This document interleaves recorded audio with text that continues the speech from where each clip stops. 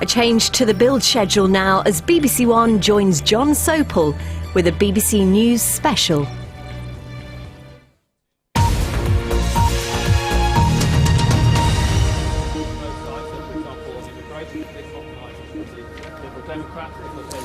A very good afternoon and welcome to Downing Street, where in a few moments' time a joint news conference is to be given by the Prime Minister and the Deputy Prime Minister, David Cameron and Nick Clegg. It still doesn't quite trip off the tongue, does it? Well, here at Downing Street over the past 24 hours, it's been out with the old and in with the new, which the British civil service does with brutal efficiency. This morning we've watched as the first coalition government since the Second World War has taken shape. Vince Cable walking in to be confirmed as Business Secretary, shaking hands with Conservative MP Andrew Lansley, the new Health Secretary, walking out. All slightly unbelievable. But while we've had the names, or at least most of the names, what we're going to get this afternoon are some of the policy priorities, and in particular, how to tackle the deficit. Well, we're still waiting for that news conference to start there in the Rose Garden of Downing Street. While we wait for that, let's speak to our political correspondent, Laura Kunsberg. And Laura, a document has come out. This is what they negotiated all those hours over in the Cabinet Office. That's right. This is the product of all the haggling just a couple of hundred yards from here in the Cabinet Office. And most of the areas are what we were expecting. But in that, a commitment to start cuts to public spending this year, to try to take £6 billion out of public spending, a commitment to try to deal with the gap between what the government spends and we all pay in our taxes much faster than the Labour government was planning to do. They've said they want to significantly accelerate the reduction in the deficit. So essentially that means cuts further and faster to deal with the black hole in the public finances. We got used to what the parties were saying in their manifestos. Have we seen what has been jettisoned in the name of getting an agreement, a coalition? Yes, it's very clear in here, and they've both given quite significant things. The Liberal Democrats, for example, have given up their idea of allowing an amnesty on illegal immigrants. They also have agreed, like the Tories want, that if ever there were to be powers transferred to European Union, there would have to be a public vote to allow that to go ahead. They've also got rid of their commitment that they would want to join the Euro one day. Doesn't seem like a very good idea at the moment, but it was something the Lib Dems still wanted to commit to. On the other hand, the Conservatives have given up something they wanted to do very much indeed, that increase in the inheritance tax threshold to take lots of people out of paying inheritance tax. That is on hold for now, as is the other Tory idea, which was to give tax breaks to many millions of married people in the country. That's on hold for now too. So, I mean, it's been a fascinating, almost slightly you have to pinch yourself kind of morning here, hasn't it? I mean, it's just been unreal. Yes, I mean, you're used to seeing on number 10 here the Prime Minister of the day with his wife, or of course Margaret Thatcher with her husband. I've never before seen anything quite like that, where you have a Prime Minister and a Deputy Prime Minister, very friendly handshake, couple of slaps on the back. It looked almost as if they were a couple, and in some senses it is a political marriage, but the whole thing was slightly surreal in Downing Street this morning. And then famous faces from both parties coming up here, the most public way to be hired or fired. Vince Cable arrived, was told he was going to be Business Secretary. On his way out of Downing Street, not quite sure that actually that very smart fancy Jaguar, which until yesterday was Lord Mandelson's, actually belonged to him. Took him a while to realise and get in and drive off. And I should imagine there is that sense of unreality for all of them. However, a lot of work to get on with, a lot of briefings presumably taking place across civil service departments trying to get these new ministers up to speed with complex issues. That's right, but remember that actually, because of the way the opinion polls have been consistently for the last month in the run-up to the election, an awful lot of work has already taken place. And I know that senior civil servants have been working for some time on lots of different eventualities. I understand they put together at least 3 potential briefing packs for any different combination of government, whether that had been the Tories on their own or the Tories with the Lib Dems, or Labour hanging on, or perhaps Labour working with the Lib Dems. So that documents those information for ministers coming in was on their desks, ready to go this morning. Now, we should say that we're looking at these pictures here of the Rose Garden, and we're waiting for that news conference to start. And the reason that there seems to be some kind of slight delay is that I think David Cameron, Prime Minister Cameron, as we must now call him, wanted to get his full cabinet in place beforehand. And as is the nature of these things, they always take a bit longer, and you can't just bring people in and send them straight out, because presumably there is some kind of discussion takes place over what the policy priorities are and in line with the agreement that has been worked out. And Laura, that is a critical part of it, because presumably you've got people from very different political traditions who are suddenly have got to work together to a common agenda. Yes, absolutely. But what I understand is that the process of who was going to get which job around the cabinet table was something that David Cameron and Nick Clegg have been dealing with exclusively, while their lieutenants haggled over policy detail. But I understand that they are both in there together doing this, not the Prime Minister on his or her own, inviting one of their colleagues in for a quiet chat in the study. I think they're both in there giving out jobs to their colleagues. So again, a very unusual way of doing business here in Westminster. It's not something we're used to at all. But as you rightly said, there are still a few gaps. We know most of the big jobs have gone. Theresa May, the second female Home Secretary, for example. William Hague, the Foreign Secretary as expected. George Osborne in charge of all our finances as the Chancellor. There are still, though, some gaps. Jobs like environment, culture, media and sport. We're still not quite sure what the final setup's going to be. And then, of course, you've got the whole rank of junior ministerial appointments as well, which presumably that will be held over until tomorrow. Yes, because the ministerial list, as it's known, sometimes stretches to several pages in black and white, sometimes as many as 100 people on the government payroll. So we haven't quite finished off the cabinet yet, but even once that is done, there's still quite a long way to go. But we are expecting as many as 20 Liberal Democrats to end up with jobs in government. So if anybody was wondering if the Liberal Democrats didn't drive a hard bargain or didn't quite get a good deal out of the Conservatives, the fact that about a third of their MPs are going to end up on the government payroll shows, well, they didn't do so badly after all. OK, Laura, well, we understand that this news conference will be getting underway in about a minute or so's time. It's a bright and breezy spring morning. It was jolly cold here. It's always cold in Downing Street for some reason. It's kind of tall buildings either side, narrow street. The wind howls down it. It doesn't see much sunlight, but at least there is a bit of sunlight in the garden there where those two lecterns are set up, and I suspect that is something we're going to get used to. The idea of a joint news conferences, joint statements from these two men who are now absolutely joined together. The fates of their parties, you could say, are joined together by the decisions that have been taken over the past few days, those long negotiations in the Cabinet Office bringing Britain its first coalition government. And here they come down the steps from the back of Downing Street, animated in conversation. And it's sort of, you still have to almost pinch yourself that this is actually happening. That Prime Minister Cameron, walking there with Deputy Prime Minister Clegg at the back of Downing Street to speak to the nation's press, to the world's press, who have gathered at probably one of the most famous addresses in the world. And here they come, clutching their documents, looking pretty relaxed, looking as if it was the most normal thing in the world to be walking across the Downing Street garden, getting also a very good view of the Downing Street garden. Good afternoon, here they everyone, come. and welcome. On the steps of Downing Street yesterday evening, I said that Nick and I wanted to put aside party differences and work together in the national interest. Since I set out that aim, both our parties have given their full backing to our coalition agreement, a Liberal Democrat Conservative government that we have negotiated. This is the first coalition government in Britain for 65 years. It will be an administration united behind three key principles: freedom, fairness and responsibility. And it will be an administration united behind one key purpose, and that is to give our country the strong and stable and determined leadership that we need for the long term.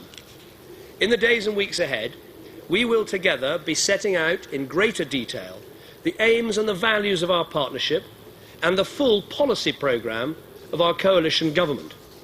Today, we want to say just a few words about how we plan to work together and the significance of what we've achieved in coming to this agreement.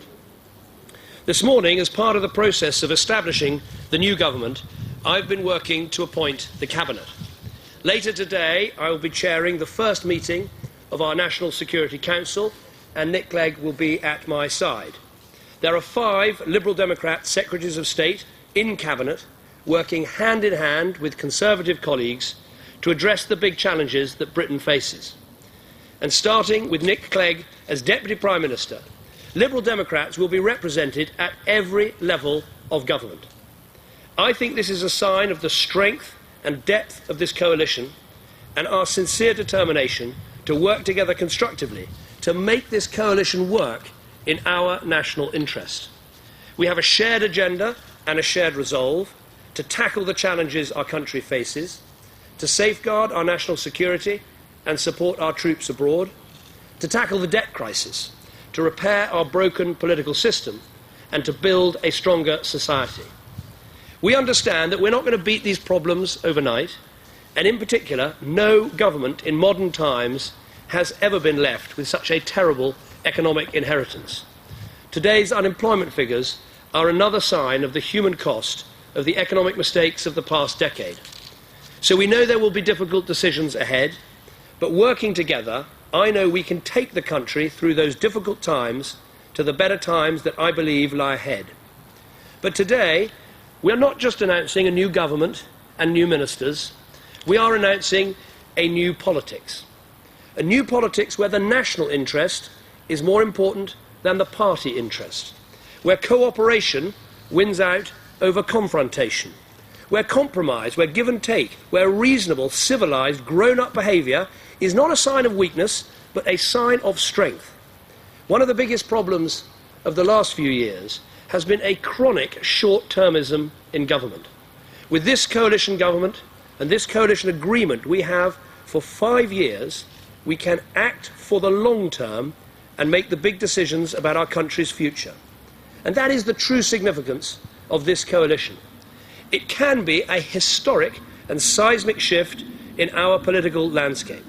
It can demonstrate in government a new progressive partnership, believing in enterprise, markets and fiscal responsibility, committed to civil liberties and curbing the power of the state, passionate about building a green economy, and determined to build the big society where families and communities are supported and strengthened, and eager to make sure that the big society is matched by big citizens, where power is taken from the politicians and put in the hands of people as we embark on a recasting of our political system. Our Liberal Conservative government will take Britain in a historic new direction, a direction of hope and unity, conviction and common purpose. I'm delighted to be standing here with the new Deputy Prime Minister, the two of us together leading this historic Liberal Democrat Conservative administration. And I would like now to invite him to speak to us on what I think is a remarkable and very welcome day. Nick. Thank you, David. We've just been through an election campaign, and now we have a coalition. Until today, we were rivals, and now we're colleagues. And that says a lot about the scale of the new politics which is now beginning to unfold. This is a new government, and it's a new kind of government. A radical, reforming government where it needs to be, and a source of reassurance and stability at a time of great uncertainty in our country too. David has spoken about many of the challenges we all face. The economy still struggling to get to its feet, the public finances in a mess, our troops engaged in a difficult and lasting conflict that requires resolution, our society still scarred by too much unfairness and inequality, our politics not yet recovered from the hammer blows of recent months. And at a time of such enormous difficulties, our country needed a strong and stable government. It needed an ambitious government, determined to work relentlessly for a better future. And that is what we have come together in this coalition to provide. This is a government that will last. Not because of a list of policies, important though they are, not because it will be easy. There will be bumps and scrapes along the way. We are different parties and we have different ideas. This is a government that will last despite those differences, because we are united by a common purpose for the job we want to do together in the next 5 years. Our ambition is simple and yet profound. Our ambition is to put real power and opportunity into the hands of people, families and communities to change their lives and our country for the better. And for me, that's what liberalism is all about. Ensuring that everybody has the chance, no matter who they are, where they're from, to be the person they want to be, to live the life they want to live. Now, you can call it fairness, you can call it responsibility, you can call it liberalism. Whatever words you use, the change it will make to your life is the same. You will have the opportunities you crave. Fairer taxes, better schools, a fair green economy with growth that lasts, clean, open, plural politics that I hope once again you can put your faith in to deliver the help and the change you need. I want this to be a bold, reforming government that puts fairness back into Britain. A government that restores our faith in what a healthy, strong society can achieve. A government that takes power away from politicians, as David said, and gives it back to you. A government which hands back your liberties and your privacy. Building a nation where parents, pupils and patients can shape our schools and hospitals, where fine words on the environment are finally translated into real action, where social mobility becomes a reality for all, where the great British traditions of tolerance and fairness are restored. And I came into politics to change politics and to change Britain for good. Together, that job starts today. Thank you. Thank you very much. We may not be able to take as many questions as at a normal press conference because we're still actually appointing members of the government, but we will do our best. Perhaps if we could start with Gary Gibbon. Thank you very much, Nick. Gary Gibbon, Channel 4 News. We all thought this coalition was a sort of accidental result of the election result on Friday, but you seem to be making it sound like it's a mission, that it's something that could carry on. It's a new dynamic that lasts beyond this arrangement. Do you think coalitions are a good thing, a bad thing, a necessary evil, a leap in the dark? Well, let me start before I hand over to Nick. I mean, you talk about this arrangement. This is a 5-year arrangement. What we find, I think, so exciting about this is there's the prospect of having a 5-year government, a 5-year parliament, taking the difficult decisions that need to be taken in the long-term interests of the country. I think that is absolutely a key. The other point I make is this. You know, we did both have a choice. We looked at the option, and we talked about it extensively about, a minority government backed with a confidence and supply agreement. And we had a meeting about it over the last couple of days. We just sort of looked at it and thought, this is so uninspiring. We could do it. It might last for a month or 6 months or maybe a year or perhaps a bit longer, but it's not actually going to do what we came into politics to achieve. We want to give the country good government. We want to sort out the problems of the debt and the deficit and the problems of public services. This wouldn't have done anything. It might have put me in here, in there, but it wouldn't actually mean anything. And we both looked at each other and said, this is really uninspiring. Let's aim for something bigger and better so we can actually change the face of politics and get something done. That is really worth it.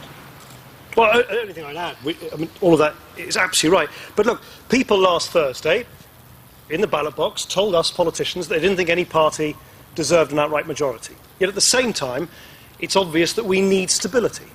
So the only way you can create stability is by creating a government, a coalition government, which lasts. And no government lasts, whether it's a coalition or, frankly, even if it's one party in government, unless it has a common purpose. And what I think David and I both have tried to set out today is that, yes, of course, we've been working over the last several days on specific policies and how we're going to advance them and how, of course, we're going to have to make compromises. We've both made compromises. But a government, a good government that lasts, is also one that is underpinned by a common purpose. And that, we might use different words, but is based on the simple idea of course, restoring stability to our economy, but also giving power back to people, giving people more opportunity in their everyday lives. Nick Roberts. So BBC News. Thank you, Prime Minister. On the morning after the night before, did you not think, I'm hooked up to someone for 5 years who I barely know and have barely spoken to? And is the country now under permanent joint leadership? Will we see you again and again at each other's sides, talking to prime ministers and presidents, declaring war, saving the economy? Is that how it's going to be? Well, you're getting a bit advanced, I think, on some of those ideas. What I woke up this morning thinking was not just the huge responsibilities that now land on my shoulders, but thinking this is so much better than the alternative. There's really some things we can do over these next 5 years to sort out the country's problems, to give people power and control over their lives, to sort out our politics. And a great sense, actually, of sort of inspiration and excitement hit me that this is much more than what could have been. And I think we've taken perhaps the more difficult path, but the far more worthwhile one. Are we going to do things together? Yes, of course, we should. This is not just two teams trying to work together. It's two teams trying to form one strong team in government. Of course, we are separate parties, and we've already talked about the Thirsk and Malton by-election. Perhaps we'll share a car to save the petrol. Get out on opposite sides. But of course we should do things together, because this is a joint endeavour, not two competing teams trying to occupy office at the same time. Adam Bolton, Sky. Sky News. Just picking up on that, I was wondering, on the sort of political reform agenda, what plans you have, if any, to reform Prime Minister's questions in the House of Commons, whether you're going to do monthly Prime Ministerial news conferences, whether those will be double acts. And just finally, you both signed up for a 5-year term. That would be 10 years if you were re-elected, or if Mr Cameron was re-elected. Can we assume that the next general election would be the last one you would fight? In other words, you would term limit yourself at a maximum of 10 years. That is taking me a bit further than I'm ready to go. On the Prime Minister's questions and all of that, that is one thing we have discussed, that Prime Minister's questions, obviously I will answer as Prime Minister. If I'm away, Nick will stand in as Deputy Prime Minister and answer those questions. It's obviously going to be quite a different beast, Prime Minister's questions. In terms of press conferences, we haven't discussed that. We're going through a range of things and working out how best to make the coalition work in a proper, positive way. But most of the areas we've looked at, actually, we found agreement quite quickly. One of the things that I think encouraged both of us that this was the right thing to do was the way the negotiating teams worked together. Danny Alexander and Oliver Letwin and William Hague and Chris Huhne, they were finding, as they went through areas, there were good ways of resolving differences. The thing about the agreement, which we have now published, is it does bite off the difficult areas first and say, look, let's resolve those, and then we have the full coalition agreement, which will go through some of the more familiar territories. So, in as far as we're resolving these issues, I'd say it's going very well. Yeah, I mean, you can ask lots of what happens next. I mean, there's going to be a lot of change. I mean, I've been advocating new politics for a long time. This is what new politics looks like. And it means that in other parts of our politics, things will look differently as well. And I think we're just proceeding with a very open mind about how you do that. But after debate, I was just thinking about the whole Punch and Judy approach, which I think you both criticise, whether you think Prime Minister's questions as that concept even works any longer. Different, because obviously I'm not going to be answering Nick's questions, but he's going to be answering some of mine. So that is a signal of, because if I'm not there, you're going to be answering my questions. I see, right. Yeah. That's confusing. I'm looking forward to a lot of foreign travel. But obviously looking forward to answering questions from Harriet Harman. John Snow. Could I just ask you a bit more about the biology, Prime Minister? Where will Nick Clegg actually function from? Will he be in Downing Street with you? Does he have an office in there? Will he live at number 11 in some way? Or what's the deal? If the phone rings at 3 in the morning and, well, do you both have to answer it? Nick is Deputy Prime Minister. He is going to be responsible for political reform, so many of the questions have been raised about fixed-term parliaments, and that will be his responsibility. He has the Deputy Prime Minister's office in the Cabinet Office. We'll be working, we haven't yet explored all each other's offices, but it's pretty close together. This is not going to be a partnership where we have to book meetings or, schedule phone calls. Yeah, there's a corridor that links number 10 to where I am, but I have no idea where I am. It's a rabbit warren in there, but it's in close proximity to each other. Excellent. Very good. No, but they're permanently open, I'm told. Sorry, Tom Bradbury. I'm tempted to say that what you really meant to say in the election campaign was, I agree with Nick. But anyway, let's move on. This is a charming love-in, but what sceptics say is that the left of the Liberal Democrat Party and the right of the Tory Party are so far apart that however much you might have the best of intentions, it can just never hold together for very long. The point I'd make, this will succeed through its success.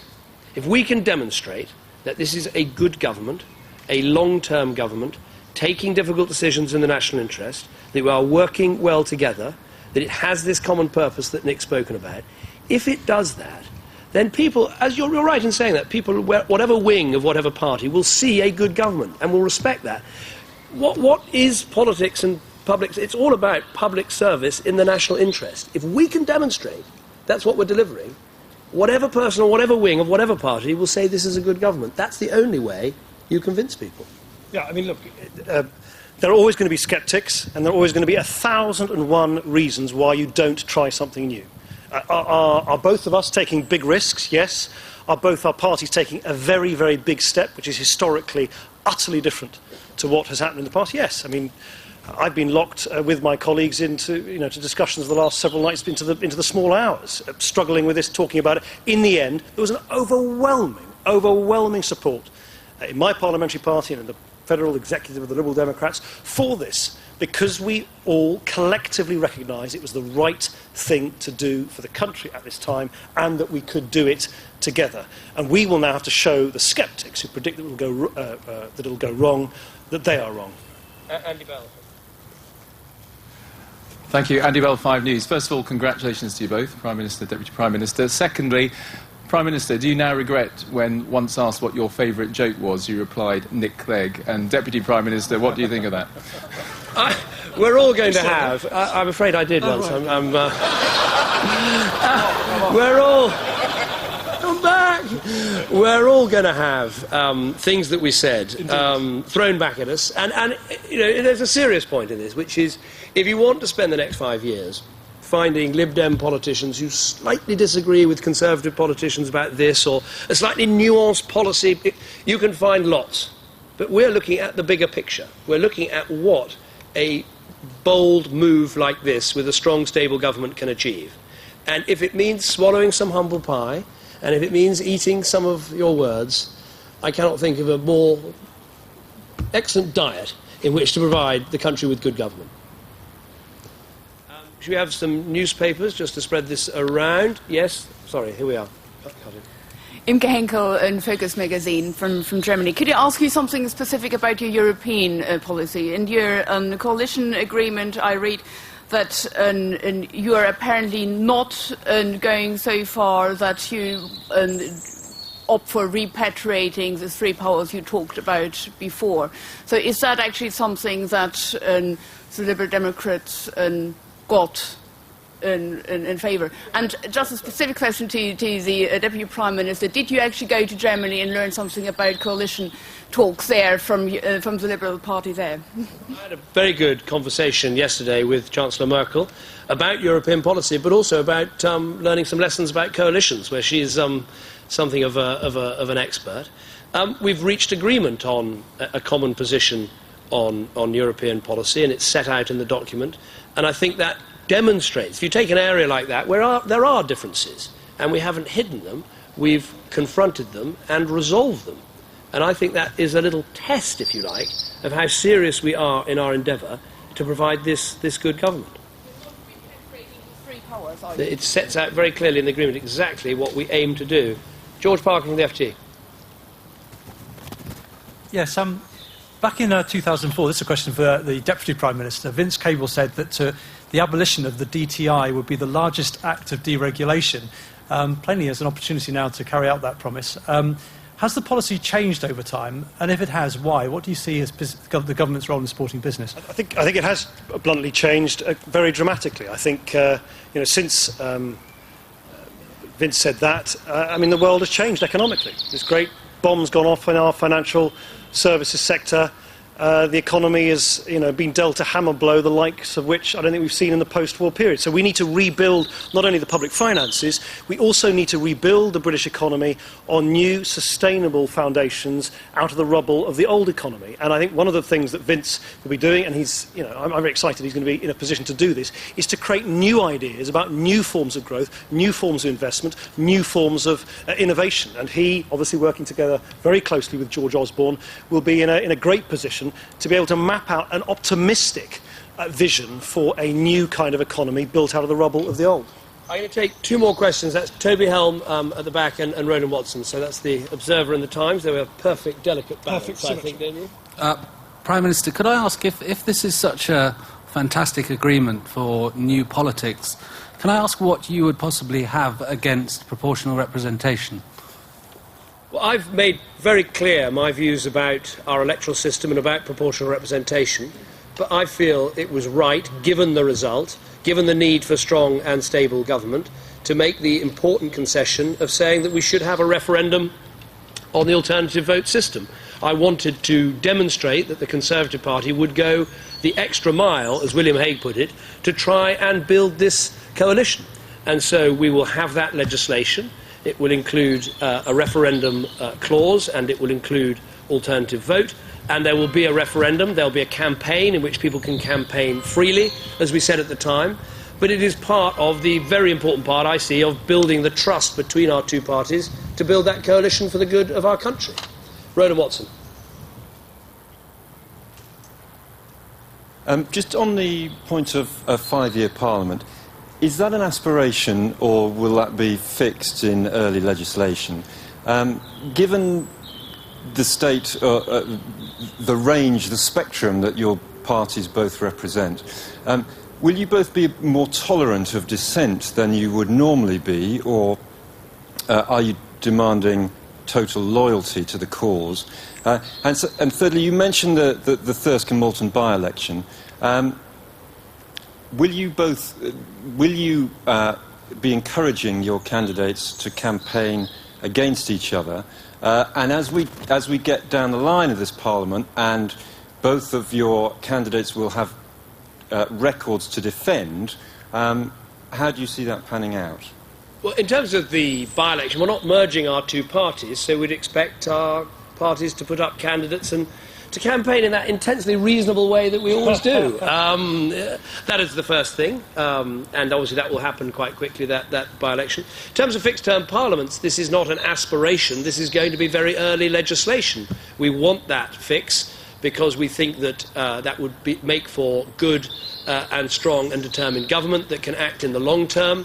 Fixed parliaments is something that's been knocking around in terms of political reform for a long time, and I think now is the moment to do that. I'll ask Nick to answer all these as well. Tolerance of dissent. We want to have one of the reasons for coming together is we had a strong majority together, both in the House of Commons and in the House of Lords. And I'm sure maybe our whips can learn new tricks off each other.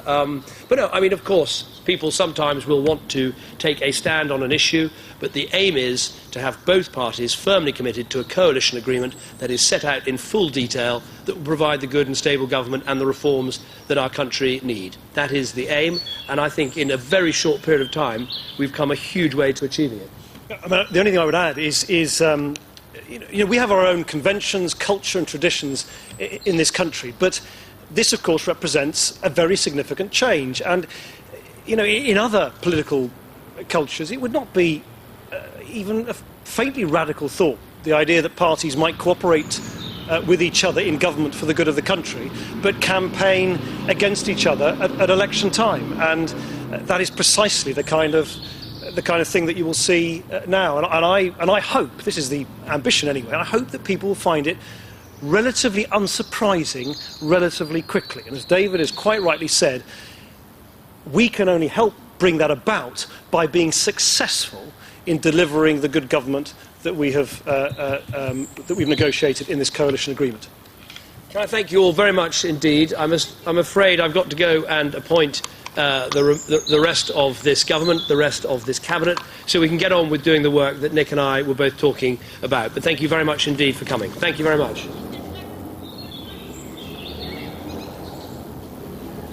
Well, there we see the two men walking back up the garden, back into number 10 Downing Street. A quite extraordinary news conference, a quite extraordinary event in British political life, because it seemed as though people were trying to find a new language, a new lexicon to describe what they were witnessing, because coalition politics is something that hasn't been seen in this country since the Second World War, since Churchill's coalition government that saw Britain through those dark days. But here you see two men brought together because one didn't achieve an overall majority, nevertheless seeming to be in harmony together as they talked about this is going to be a government that will last. And there you see them disappearing back into Downing Street. Now watching that with me, Laura Kunsberg, our political correspondent. Extraordinary, isn't it? It's an extraordinary scene, and not just from the look of it.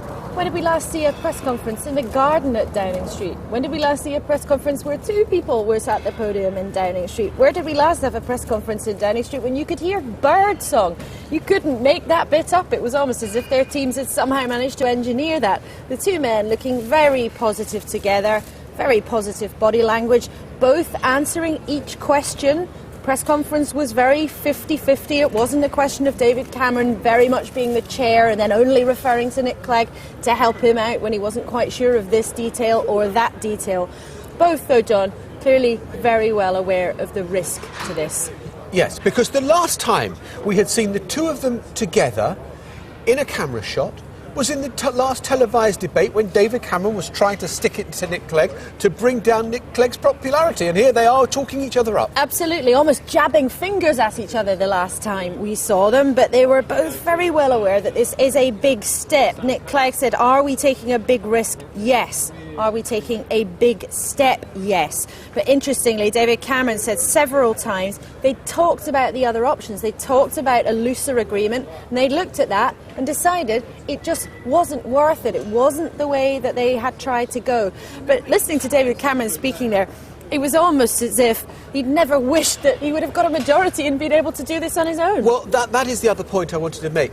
Am I wrong in saying that David Cameron and Nick Clegg are looking upon this as an opportunity, not as something that is a regrettable outcome of a coalition? Well, that's certainly how they're trying to sell it now, and I think crucial to that is their deal that this will last for 5 years. Now, the way in the document that sets out the coalition terms describes it is what they will legislate to do is keep the government unless 55% of MPs in the House of Commons band together to make it fall, to put a vote of no confidence in place. Now, that is a change to the current arrangements, and they clearly, from listening to them there, believe that with that new mechanism requiring 55% of the House to turn it down, that they will have 5 years to get on with this. And it was one of the first points that David Cameron made, was that in their view, as they have discussed, one of the problems of the country's difficulty in making decisions has been that political culture has been very much short-term. So therefore, politicians haven't always been brave enough to make decisions that could be unpopular because they've been worrying about what's happening next week, next month, next year. We know that events can absolutely disrupt the very best plans that are laid, and if they get to 2015, the first week in May, before we have another general election, surely then we will be able to say that actually politics in this country has changed to something much more European, if you like. I think that would be a fair assumption to make, because the traditional assumption is if in this country, if you have a coalition government where nobody has a big majority, or even if you have a government with a slender majority, something only a clutch of seats, the assumption we traditionally make is that, well, that means there'll be a general election within 6 months or within a year. And after Thursday night, when the election result showed such a mixed picture, that was something people were already saying, well, whatever the outcome of this, we're almost bound to have a general election within 6 months or a year, because there's no way, whatever combination of politicians come up with, no way it can last. Clearly, those two men are determined that that's not going to happen, although there are people in the Labour Party and there are people within their own parties that I've been talking to in the last couple of days who are very sceptical about them making it to that 5 year point. Yes, and of course, we have seen governments with huge majorities getting blown off course by an extraordinary event which leads to resignations, and you think, how can the government survive? And that is when it's going to be tested. Not on day one, when they have got the wind in their sails, there is goodwill, there is even birdsong in Downing Street.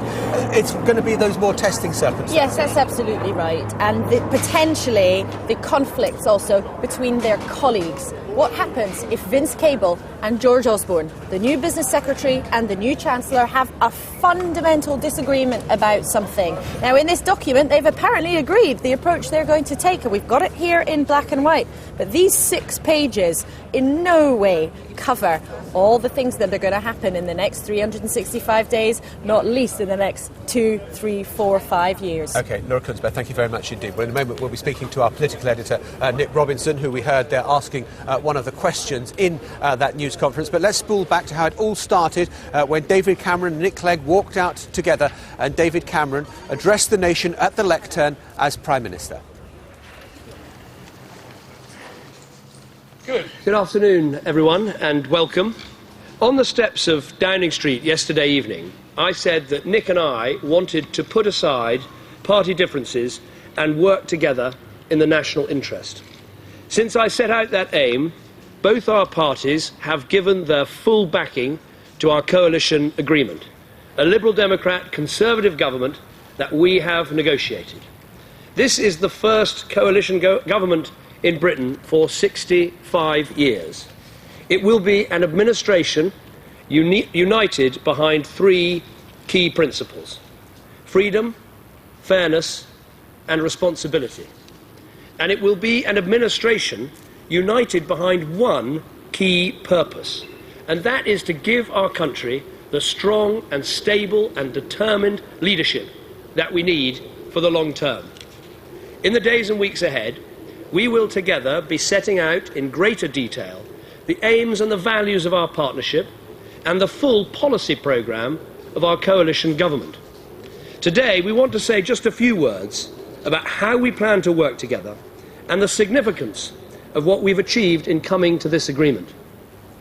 This morning, as part of the process of establishing the new government, I've been working to appoint the Cabinet. Later today, I will be chairing the first meeting of our National Security Council, and Nick Clegg will be at my side. There are 5 Liberal Democrat Secretaries of State in Cabinet working hand in hand with Conservative colleagues to address the big challenges that Britain faces. And starting with Nick Clegg as Deputy Prime Minister, Liberal Democrats will be represented at every level of government. I think this is a sign of the strength and depth of this coalition and our sincere determination to work together constructively to make this coalition work in our national interest. Well, I'm joined now by our political editor, Nick Robinson, who's just come from the Downing Street garden. Has your jaw gone back up after, because it was jaw-dropping, wasn't it, to sit there and witness it? I've been a bit delayed coming here, John, because I was lost for words. I am gobsmacked. Whatever hyperbole you want, I will use it. Not since I went to the first summit at Camp David between Tony Blair and George Bush have I seen a more unlikely love-in between 2 individuals. Quite extraordinary. Using first name terms, Nick Clegg never referred to Prime Minister. It was always to David. Once I noticed David Cameron referred to Nick Clegg as Deputy Prime Minister, laughing at each other's jokes, finishing each other's sentences, constantly telling us how much they agreed with each other. And you did just have to pinch yourself a bit and say you were knocking 7 bells out of each other the other day. Well, exactly, because the last time I think we'd seen them together was in the last televised debate when David Cameron was desperately trying to bring Nick Clegg down a peg or 2. That's right. Whether it was on immigration, or on Europe, or on tax, or on spending, need I go on, you were told not just that they got it a bit wrong, but they were a danger to the country. One thought of the other. Now, David Cameron, the Prime Minister, made a joke of that and said, you know, you're all going to find quotes about this, even that lovely quote that one of my colleagues brought up from Channel 5, that once he'd been asked what his favourite joke was, and he said Nick Clegg. Yeah, I tell you what, keep happening. Nick, I tell you what, let's just play that bit because it was hilarious. Prime Minister, do you now regret when, once asked what your favourite joke was, you replied Nick Clegg? And Deputy Prime Minister, what do you think of that? We're all going to have. I'm afraid I did once. Right. We're all. Come back. We're all going to have things that we said thrown back at us.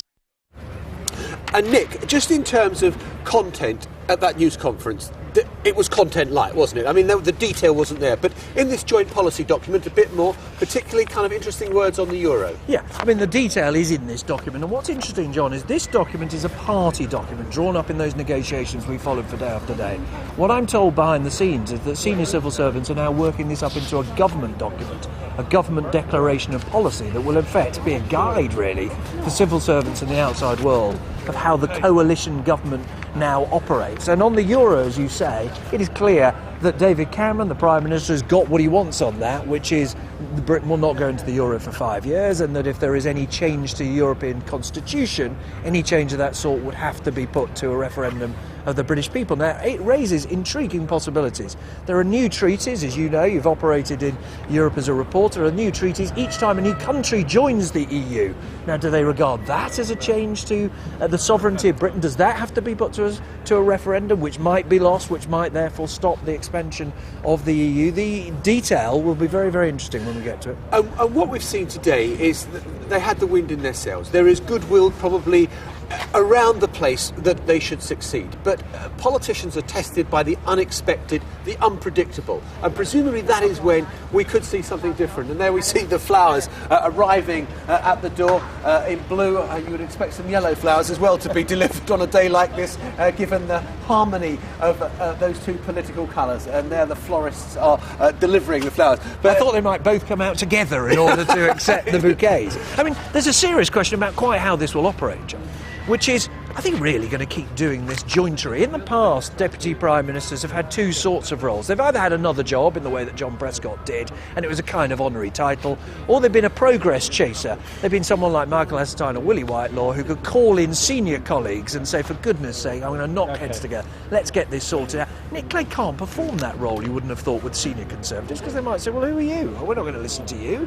Why should we listen to you? You're not of our party. You weren't elected by us. So he's going to have an awful lot of time on his hands without a department. How will he use it? Well, that was what struck me. Yes, he's in charge of political reform process, and that's not to underestimate the scale of that. But if you think of kind of the predecessors who've held that post, they have wanted real jobs that have attached to it. He doesn't have a department. I don't know what cabinet committees he's chairing. Maybe that is something we'll still learn details about as the day goes on. Yeah, but what we are told is he'll be just down the corridor. They joke that the fire doors that separate them will actually be open so that they can see each other. They won't have to pick up the phone. Fans of the West Wing, remember the role of the Vice President, constantly frustrated. Will it be that or a real job? Fascinating. Nick, well, these are the things that we will mull on over the days and weeks ahead. Also, we'll be mulling on what the fate of the Labour Party is. The Labour Party, the Parliamentary Labour Party, is meeting. Carol Walker is outside the St Stephen's entrance. I would imagine a less happy occasion. Yes, an extraordinary meeting, really. I've just come from the committee corridor where the Parliamentary Labour Party are gathering, and you've got a fascinating collection of former ministers adapting to life without their offices, their ministerial cars, their secretaries mapping out every second of their day, and of course a lot of new Labour MPs still trying to find their way around, many of them without offices, and all really, I think, looking for a sense of direction. Now, at the moment we know that the deputy leader, as she was, and now stand-in leader Harriet Harman, is addressing the assembled MPs. I'm sure that her message will be that the party's got to conduct itself with decorum, with discipline and politeness, and to set out the framework for the Labour leadership contest, which is to come. I don't think we're going to get the detailed structure of how that contest is going to be conducted, but we are also expecting that the first candidate out of the blocks will be David Miliband, the former Foreign Secretary, who's already got the backing of the former Home Secretary Alan Johnson, and I have to say, talking to people, quite a few other MPs as well. Although, as you know, it's a very complicated contest. The number of people voting for it is not just MPs. It's divided up between MPs, activists and unions. And there is a big question here as to whether, if David Miliband emerges as the overwhelming favourite of the MPs, the unions and the activists might take a rather different view. And Carol, are we clear what the timescale is for that? Is there going to be a long post-mortem on the election and then a leadership contest, or are we going to be kind of almost from tomorrow, if you like, seeing people setting out their stalls? We're still waiting on the detail of that. I mean, clearly, as soon as you've got one candidate declared, there is pressure on anyone else who's interested to make sure that they declare as well in order to stay in the picture. But in terms of the formal structure of the contest, I think that's something that's going to be sorted out by the party's national executive rather than at today's meeting. I think today's meeting is about setting the tone, is about trying to set out how the Labour Party is going to conduct itself in opposition, but those details on how the contest is going to work out will be sorted out by the national executive at a later date. OK, Carol Walker there outside St Stephen's entrance, thank you very much indeed. Well, today we've seen the comings and goings of people walking up Downing Street. That is normal on the day when a cabinet is being appointed. At the back of Downing Street, we have seen the removal men taking away the possessions of Alistair Darling and Gordon Brown. Again, normal. But everything else has felt utterly strange, and nothing more strange than seeing Nick Clegg and David Cameron walking out as Prime Minister and Deputy Prime Minister to address the nation. Continuing coverage on the News Channel.